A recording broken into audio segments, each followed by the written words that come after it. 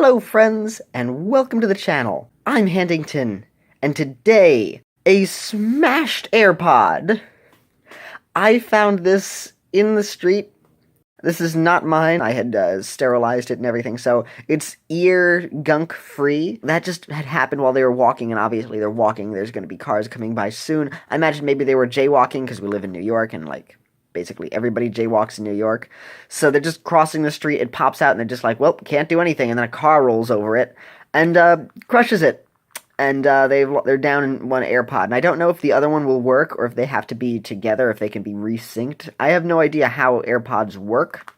If Apple had this as just an option, that would be cool. But I know that they took out the headphone jack to force people to buy earbuds. So I guess this, which is very, very easy to pop out. I mean, these things, they look like there's no string to catch them if they fall. There's nothing connected. You can see that there's a little L.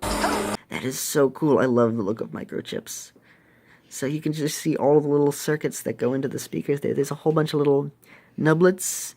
There's a whole row of those. They're like computer chicken nuggets because they're very tiny. Those are the burgers, because they're much bigger.